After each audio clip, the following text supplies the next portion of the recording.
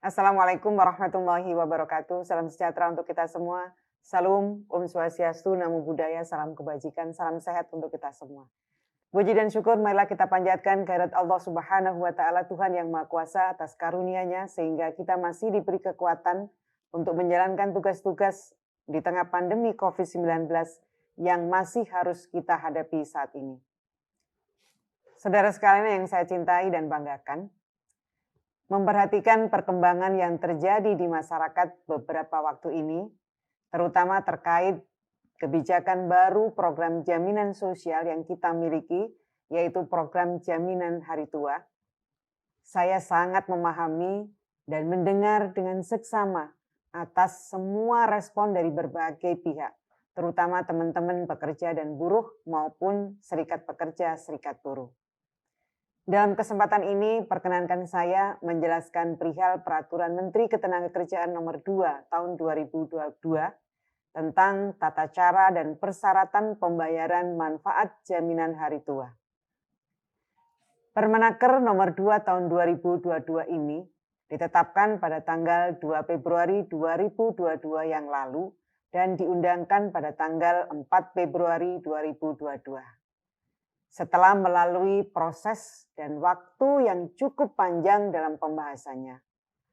Permenaker ini dikeluarkan tentunya setelah mempertimbangkan hasil kajian dan hasil diskusi maupun konsultasi dengan berbagai pihak. Antara lain Dewan Jaminan Sosial Nasional, Forum Lembaga Kerjasama Tripartit Nasional, rapat antar kementerian dan lembaga, baik dalam rangka koordinasi maupun harmonisasi peraturan, dan lain sebagainya. Permenaker ini juga mempertimbangkan adanya perkembangan di bidang perlindungan sosial saat ini, yaitu lahirnya Program Jaminan Kehilangan Pekerjaan atau JKP sebagai program jaminan sosial yang khusus untuk mengcover risiko PHK, di mana dalam bulan Februari ini bisa dinikmati manfaatnya. Selain itu juga ada berbagai macam program bantuan yang bersifat jangka pendek yang dikeluarkan oleh pemerintah untuk membantu meringankan beban masyarakat, termasuk beban teman-teman pekerja atau buruh dalam menghadapi kondisi tertentu seperti bantuan subsidi upah yang telah disalurkan pada tahun 2020 dan tahun 2021 pada saat kita mengalami pandemi COVID-19 ini. Selain pertimbangan-pertimbangan tersebut, dari aspek hierarki peraturan perundang-undangan, Peraturan Menteri Ketenagakerjaan ini juga telah mendasarkan pada peraturan perundang-undangan yang lebih tinggi. Permenaker Nomor 2 Tahun 2022 ini merupakan amanat dari Peraturan Pemerintah Nomor 46 Tahun 2015 tentang penyelenggaraan program jaminan hari tua, di mana dalam tahun yang sama pada waktu itu, PP tersebut sebagian diubah dengan PP nomor 60 tahun 2015, yang kemudian disusul dengan terbitnya Permenaker nomor 19 tahun 2015.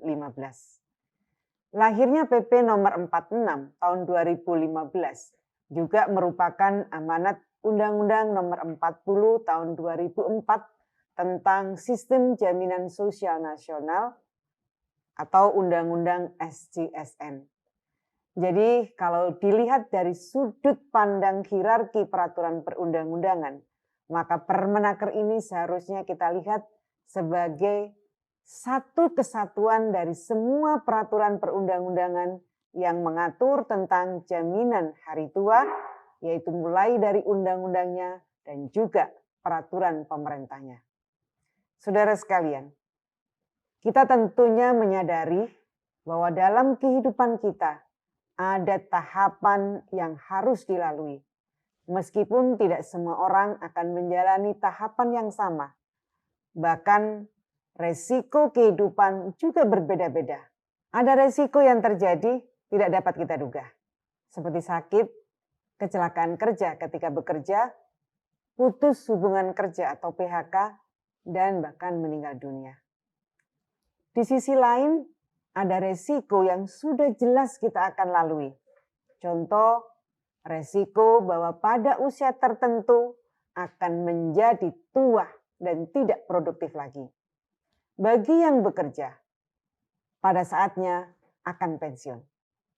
Resiko-resiko sosial inilah yang kemudian perlu dilakukan antisipasi atau persiapan bila pada saatnya benar-benar terjadi, sehingga seorang pekerja atau buruh dan keluarganya benar-benar siap dan tetap dapat melanjutkan hidupnya.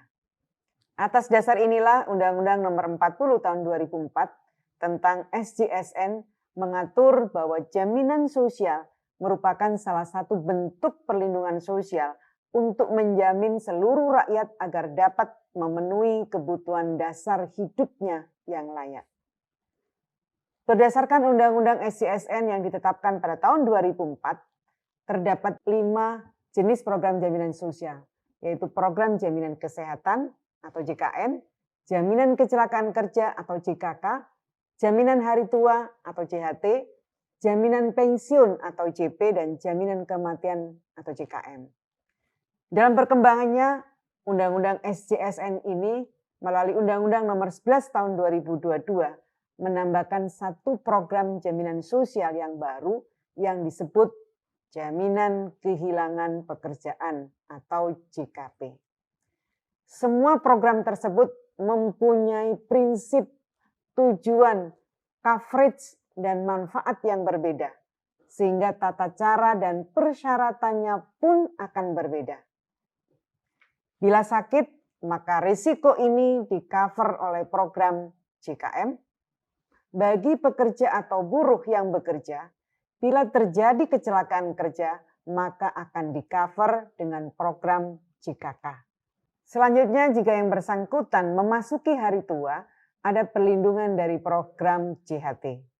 Bila memasuki usia pensiun, maka akan di-cover oleh program JP, Jaminan Pensiun. Bila meninggal dunia, maka sudah ada perlindungan berupa JKM. Bagaimana bila pekerja di PHK? Sebagaimana yang saya sampaikan, sekarang telah ada program yang dibentuk khusus untuk melindungi pekerja dari resiko tersebut, yaitu program Jaminan Kehilangan Pekerjaan atau JKP. Program Jaminan Hari Tua atau JHT adalah salah satu program jaminan sosial yang terintegrasi dalam sistem jaminan sosial nasional.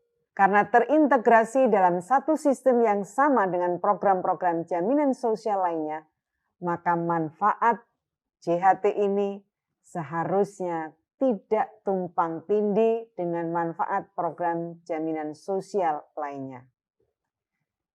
Sesuai amanat Undang-Undang SJSN, program JHT ini dibangun berdasarkan prinsip asuransi sosial atau tabungan wajib. Prinsip tabungan wajib yang dimaksud bahwa manfaat JHT tersebut berasal dari akumulasi iuran dan hasil pengembangannya. Manfaat JHT akan diterimakan secara lamsam atau sekaligus. Besaran akumulasi iuran dan hasil pengembangannya ini setiap saat dapat dilihat atau dipantau oleh masing-masing pekerja atau buruh melalui website BPJS Ketenagakerjaan. Saudara sekalian yang saya hormati, izinkan saya mengajak kita semua untuk kembali memikirkan latar belakang munculnya program JHT. Sesuai namanya, program JHT adalah merupakan usaha kita semua untuk menyiapkan agar para pekerja kita di hari tuanya, di saat sudah tidak bekerja, mereka masih dapat melanjutkan kehidupannya dengan baik. Sejak awal, memang program JHT ini dipersiapkan untuk kepentingan jangka panjang. Karena untuk kepentingan jangka pendek sudah ada. Untuk pekerja yang mengalami situasi seperti kecelakaan, cacat permanen, meninggal dunia, ter-PHK, atau pindah ke luar negeri, semua telah memiliki hak jaminan sosial dengan ketentuan-ketentuan khususnya. Apabila manfaat JHT kapanpun bisa dilakukan klaim 100%, maka tentu tujuan program JHT tidak akan tercapai. Ketentuan mengenai usia 56 tahun Ini tentunya tidak berlaku untuk peserta yang meninggal dunia atau mengalami cacat total tetap. Bagi peserta yang meninggal dunia, ahli warisnya dapat langsung mengajukan klaim JHT. Sedangkan bagi peserta yang mengalami cacat total tetap sebelum usia 56 tahun, klaim dapat diajukan setelah adanya penetapan cacat total tetap dan perhitungannya dimulai pada tanggal 1 bulan berikutnya setelah penetapan cacat total tetap tersebut. Terkait pengajuan klaim manfaat JHT ini, terdapat ketentuan dalam Undang-Undang SJSN bahwa dalam jangka waktu tertentu bagi peserta yang membutuhkannya dapat mengklaim sebagian dari manfaat JHT. Selanjutnya, hal tersebut diatur dalam PP nomor 46 tahun 2015 bahwa klaim terhadap sebagian manfaat JHT tersebut dapat dilakukan apabila peserta telah mempunyai masa kepesertaan paling sedikit 10 tahun dalam program JHT. Bapak, Ibu, Saudara sekalian, banyak yang bertanya, bagaimana dengan peserta yang mengalami PHK atau mengundurkan diri atau pensiun sebelum usia 56 tahun? Prinsipnya, semua peserta, baik yang masih bekerja atau yang mengalami PHK atau mengundurkan diri, maupun peserta yang usia pensiunnya di bawah 56 tahun, maka sebagian manfaat JHT tetap dapat dilakukan klaim sebelum yang bersangkutan berusia 56 tahun dengan syarat mempunyai masa kepesertaan dalam program JHT minimal 10 tahun. Klaim yang dapat diajukan maksimal 30% dari manfaat JHT dengan tujuan akan digunakan untuk kepemilikan rumah atau maksimal 10% dari JHT digunakan untuk keperluan lainnya. Keduanya dalam bentuk uang tunai. Adapun sisa dari manfaat JHT yang belum diambil dapat diambil pada saat usia 56 tahun. Selain itu, saya ingin menyampaikan bahwa selain program JHT tersebut, bagi peserta yang mengalami PHK juga berhak atas uang pesangon, uang penghargaan masa kerja, dan uang penghentian hak. Ini bagi pekerja PKWTT, atau berhak atas uang kompensasi bagi pekerja PKWT. Pemerintah juga memiliki program baru pelindungan sosial ketenagakerjaan untuk teman-teman yang ter-PHK, yaitu jaminan kehilangan pekerjaan, tanpa adanya penambahan iuran baru dari pekerja. Iuran program ini dibayar oleh pemerintah setiap bulan. Bahkan pemerintah juga sudah mengeluarkan dana awal sebesar 6 triliun untuk program JKP ini. Perlu saya ulang kembali bahwa program JKP ini adalah program perlindungan sosial ketenagakerjaan baru yang memang selama ini belum pernah ada. Manfaat program JKP selain berupa uang tunai adalah akses informasi pasar kerja melalui Pasker ID yang telah kami launching pada bulan Desember tahun 2021. Dan kami juga telah menyiapkan pejabat fungsional mediator yang menangani perselisihan dalam hubungan industrial, pejabat fungsional pengantar kerja yang melaksanakan asesmen dan konseling.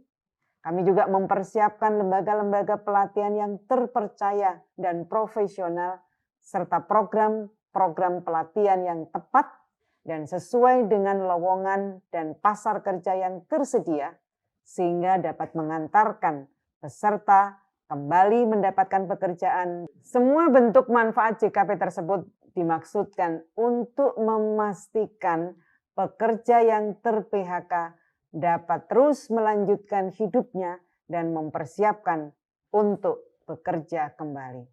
Bagi teman-teman ter-PHK yang ingin bekerja kembali dengan berwirausaha atau membuka usaha baru, pemerintah memiliki beberapa skema bantuan, antara lain program tenaga kerja mandiri dari Kementerian Ketenagakerjaan, program kartu prakerja yang pada tahun lalu diprioritaskan bagi teman-teman pekerja yang ter-PHK, program bantuan program kredit usaha rakyat atau KUR, dan program bantuan produktif untuk usaha mikro.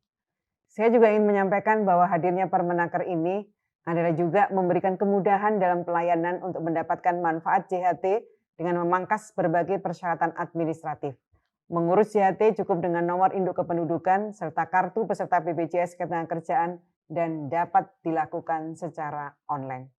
Saudara sekalian, Permenaker ini akan berlaku 3 bulan terhitung sejak tanggal diundangkannya, tepatnya tanggal 4 Mei 2022. Saya sangat berharap Permenaker ini dipahami terlebih dahulu secara cermat dan menyeluruh. Saya ingin menegaskan adanya pandangan yang mengatakan bahwa manfaat JHT hanya dapat diambil pada saat berusia 56 tahun. Tidaklah sepenuhnya benar. Yang benar adalah manfaat JHT juga dapat diambil sebagian dengan masa kepesertaan tertentu. Iuran yang telah dibayarkan oleh pemberi kerja dan pekerja untuk program ini tidak akan hilang dan dapat diklaim seluruhnya setelah peserta memasuki usia 56 tahun atau bila peserta mengalami cacat total sebelum usia pensiun atau meninggal dunia. Terima kasih. Wallahul muwaffiq ila aqwamit thoriq. Wassalamualaikum warahmatullahi wabarakatuh.